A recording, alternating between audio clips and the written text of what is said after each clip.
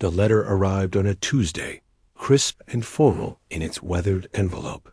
Olivia Mercer stared at the return address, her coffee growing cold beside her laptop. Halcyon Point, a coastal town she'd only heard mentioned in hushed tones during her childhood. Ms. Mercer, the letter began, we regret to inform you of the passing of Eleanor Mercer. As her sole surviving relative, you have inherited her estate at 47 Lighthouse Road. Olivia's hands trembled slightly. The grandmother she'd never met had left her everything. The woman her father had forbidden them to discuss, whose name was only whispered when he wasn't home. 3 days later, Olivia stood before a Victorian house perched on jagged cliffs, salt wind tangling her auburn hair as she turned the iron key in the lock. The door swung open with a reluctant groan, revealing rooms filled with antiques, weathered books, and the lingering scent of dried herbs. You must be Eleanor's granddaughter, a voice called from behind. Olivia turned to see an elderly woman with knowing eyes. I'm Martha Wilson. I looked after the house when your grandmother couldn't. Did you know her well? Olivia asked, stepping aside to let Martha enter. As well as anyone could know Eleanor. Martha smiled, though it didn't reach her eyes. She kept to herself mostly, especially these last few years. Sighed she was working on something important. Martha showed her through the house, the kitchen with its ancient Aga stove, the parlor lined with bookshelves, the sunroom overlooking the churning ocean below. But it was the study that captured Olivia's attention. Maps covered one wall, marked with red pins and faded notations. A telescope pointed toward the distant lighthouse. Journals filled a cabinet, each labeled with dates spanning decades. She was quite the researcher, Martha said, watching Olivia's expression carefully. Spent her life studying local history, the unusual parts especially. After Martha left, Olivia explored alone, running her fingers over spines of books, examining curios that seemed to belong in museums rather than a private home. In the master bedroom, she found a leather-bound journal on the knitstand, its pages dog-eared and filled with her grandmother's elegant script. The most recent entry was dated just 1 week before Eleanor's death. I've found it at last. The pattern emerges when all pieces are viewed together. The disappearances weren't random. They follow the old paths through Blackwood Forest. What takes them isn't human, but it's not supernatural either. Something in between. Thomas Blackwood. Knew. That's why they silenced him in 1887. I must be careful now. They'll come looking once they realize what I've discovered. Olivia frowned, flipping back through earlier pages, filled with references to local legends, astronomical calculations, and sketches of strange symbols carved into trees. Tucked between pages was a photograph, a younger Eleanor standing beside a stone marker in dense woods, her expression triumphant. On the back, written in faded ink, the first gate. September 1978. As night fell, Olivia continued reading by lamplight, unaware of the figure watching her window from the edge of the nearby woods, or how the discovery of this journal had set something in motion that couldn't be stopped. Morning arrived with a thick blanket of fog that obscured the ocean, transforming the landscape into something ethereal. Olivia woke to the sound of wind chimes she hadn't noticed the day before, their delicate melody drifting through the house. She spent the morning organizing Eleanor's journals chronologically, finding they dated back to 1962. The earlier entries detailed conventional research into local history. But around 1978, everything changed. Eleanor's writing became cryptic, filled with references to liminal spaces, artifacts of intention, and the collectors. A knock at the door startled her. Outside stood a man in his 30s, with intense gray eyes and an academic's demeanor. Julian Blackwood, he introduced himself. I worked with your grandmother occasionally. Blackwood? Olivia raised an eyebrow. As in Blackwood Forest? My family has been here since the town was founded, he said with a slight smile. Eleanor contacted me 3 weeks ago, saying she needed my expertise. When I heard she'd passed, I came to offer condolences and— He hesitated to ask if she left anything for me. Olivia invited him incautiously. I'm still sorting through everything. What exactly did you help her with? Julian's eyes darted to the journals on the table, historical contexts mainly. Eleanor was mapping something complex patterns in local phenomena that most people dismiss as superstition. Like the disappearances she mentioned? His expression sharpened. You've been reading her work. She was my grandmother, Olivia replied, though the connection felt strange to claim. Julian approached the wall map, studying the red pins. Every pin marks where someone vanished or where something unexplainable occurred. Eleanor believed these locations formed a pattern related to certain objects' artifacts with unusual properties. As Julian spoke, the temperature in the room seemed to drop. The wind chimes outside fell silent. Did she ever mention the fog? He asked suddenly. What about it? Julian moved to the window. It never comes this far inland, unless something's disturbed the balance. That afternoon, exploring the attic, Olivia discovered a locked cedar chest. The key hung on a chain hidden behind a loose baseboard Eleanor had marked with a small symbol. Inside lay a collection of ordinary-looking objects: a tarnished compass, a small hand mirror, a child's wooden toy, and a leather-bound book without a title. When she touched the compass, the needle spun wildly before pointing directly at her, though north lay in another direction entirely. Startled, she dropped it back into the chest. That night, Olivia dreamed of walking through fog-shrouded woods, following a woman she somehow knew was Eleanor. The artifacts choose their keepers, her grandmother said, without turning. They've been waiting for you. She woke to find the bedroom window open, curtains billowing in the breeze, though she distinctly remembered closing it. On the floor lay a single page torn from a journal she hadn't seen before, written in handwriting that wasn't Eleanor's. E. Mercer approaches dangerous territory. The collectors must intervene before she locates the nexus. We cannot allow another incident like 1887. Outside, in the thick morning fog, footprints led from beneath her window into the forest beyond. These aren't just antiques, Julian explained, carefully examining the contents of the cedar chest in Eleanor's study. They're artifacts of intention, objects that have absorbed purpose and belief so deeply they've developed ... properties. Mean they're magical? Olivia asked skeptically. I mean they operate outside conventional understanding, he corrected, lifting the compass. This belonged to Nathaniel Hawthorne, a sea captain who never got lost, even in impossible conditions. The mirror was owned by Meredith Lancaster, who reportedly used it to see glimpses of the future. Olivia frowned. And my grandmother collected these things? Not exactly. Eleanor was a keeper part of a group called the Collectors Who Protect. These artifacts from those who would misuse them. Julian's expression darkened. Not all collectors agree on how these items should be handled. Some believe they should be studied. Others think they should be destroyed. And some want to use their power. Olivia showed him the page she'd found that morning. Julian's face paled. This is Harlow's handwriting, he said quietly. Victor Harlow leads the faction that believes certain artifacts could grant immense power if brought together, particularly at locations where the boundary between realities thins. Like the places on grandmother's map? Julian nodded. The nexus would be the center of that pattern, where the connection is strongest. That afternoon, they visited Martha Wilson, who revealed she'd been Eleanor's confidant for decades. The collectors have existed for centuries, Martha explained, serving tea in delicate cups.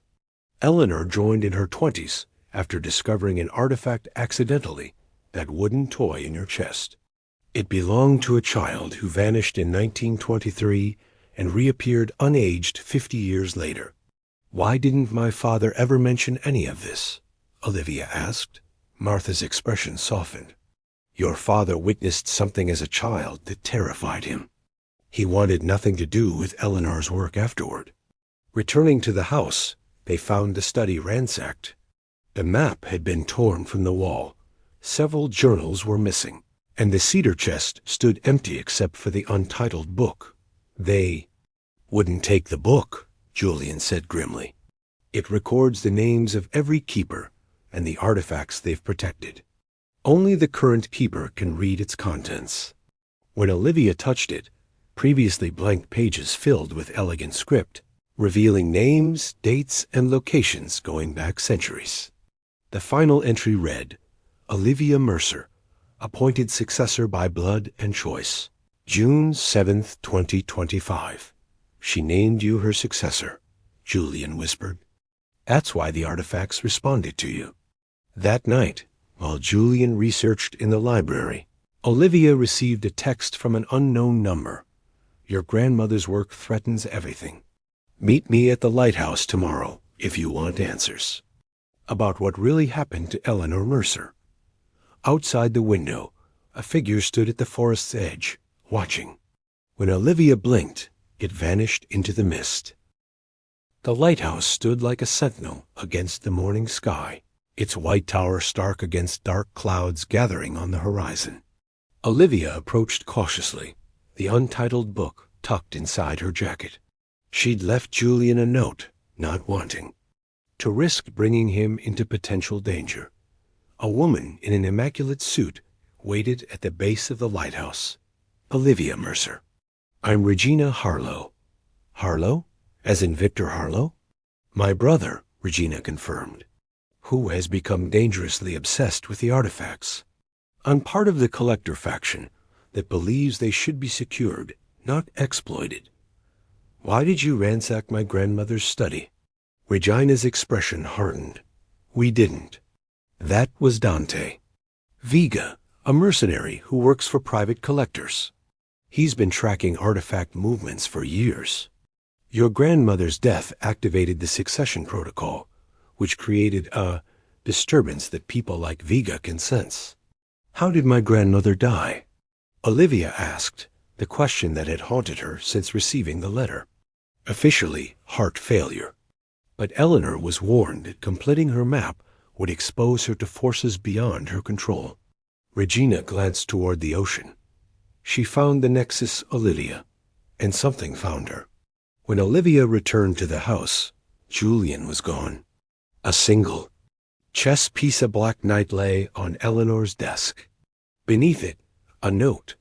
The knight takes the bishop. Your move, new keeper. It's Vega's calling card, Regina explained when Olivia called her. He's taken Julian to force your cooperation. He wants the book. That evening, Martha arrived at the house looking shaken. There's something you need to see.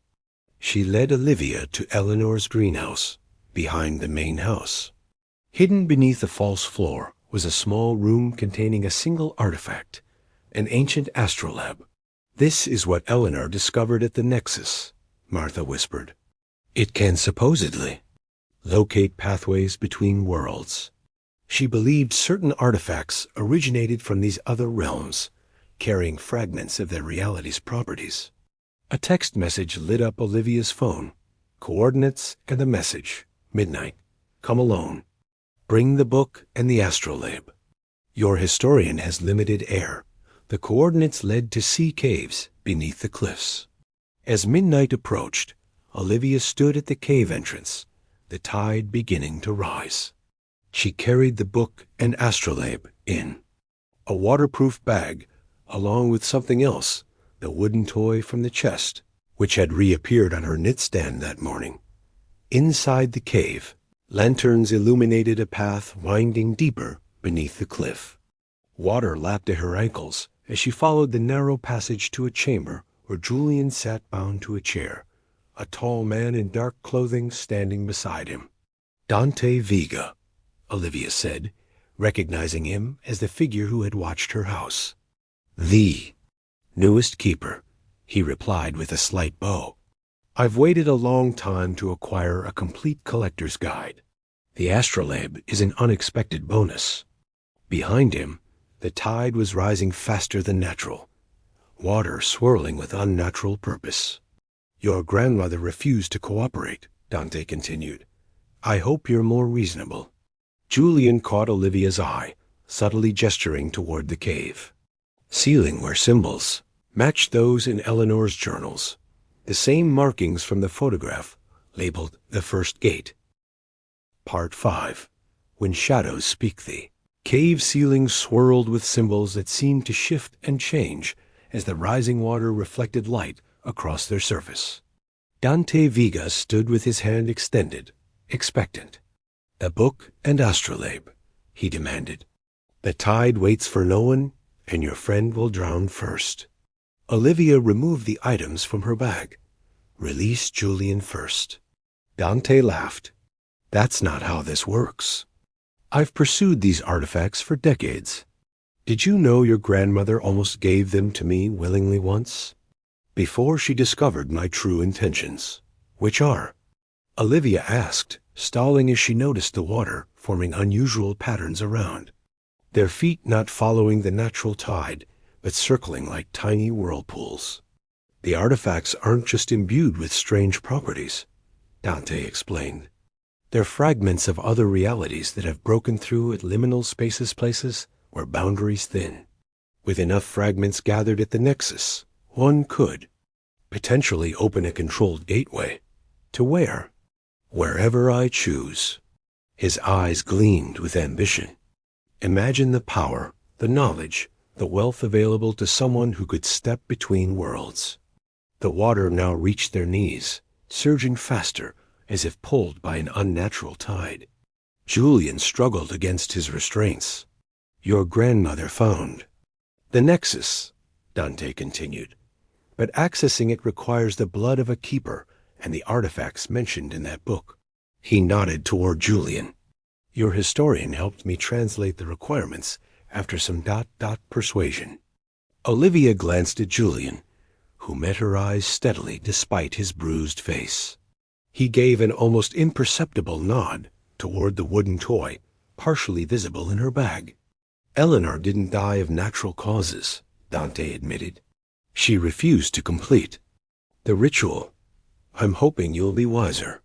As he spoke, Olivia felt something change in the cave's atmosphere, a pressure building like the moment before a storm breaks. The symbols overhead began to glow faintly. "You're standing in the nexus now," she realized. "That's why the water behaves strangely here. Clever girl. Your grandmother's journal revealed this cave aligns perfectly with the pattern she mapped. Now, the book and astrolabe, please."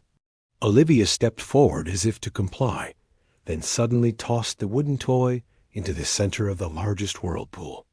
The water froze instantly, crystallizing around the toy before shattering into thousands of droplets that hung suspended in the air. In that moment of distraction, she lunged toward Julian, slashing his restraints with a knife concealed in her sleeve. "The toy belonged to a child who could step between moments in time," she said, backing away with Julian. Grandmother's journal explained each artifact's properties.